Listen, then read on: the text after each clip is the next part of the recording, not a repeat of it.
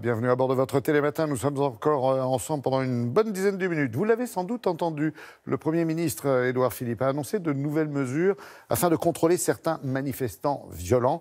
L'une de ces mesures est l'utilisation de produits marquants, codés ou encore PMC, des produits inodores en tous les cas, incolores surtout et indétectables forcément à l'œil nu. Pour en savoir plus, Laurence Bovillard s'est renseignée auprès des scientifiques qui élaborent justement cette innovation.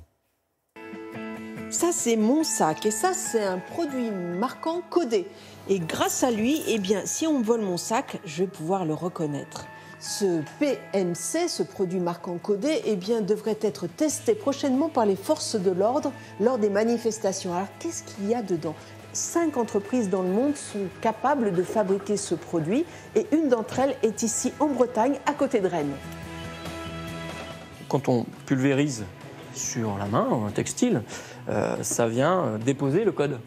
Et le code, donc, vous pouvez le voir avec des outils d'identification, comme cette lampe UV. Ces produits marquants codés sont non dangereux et ils sont non toxiques et ils ont même obtenu un agrément contact alimentaire. Ces produits s'accrochent à la peau, s'accrochent au textile et vont résister très longtemps, à peu près 3 semaines, le temps de la desquamation de la peau, ou même résistent à plusieurs lavages. Et donc on peut les authentifier et les trouver très longtemps après la pulvérisation.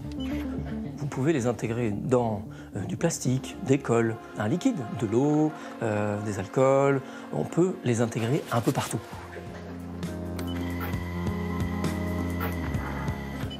Alors, les produits marquants codés peuvent être composés soit d'ADN, soit, comme un traceur chimique, de terres rares. Et les terres rares sont des éléments chimiques. Et donc, ça peut être du rouge, du vert, du jaune.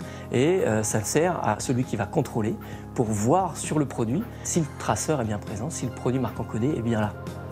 Ouais. Après, on va appliquer ces matériaux marqués aux produits dans lesquels ils vont être utilisés. Faux.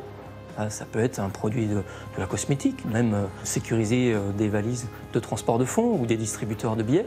Voilà, l'étendue d'utilisation est très vaste aujourd'hui.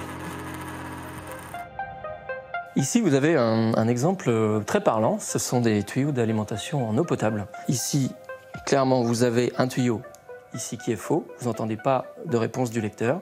Et ici, il est vrai.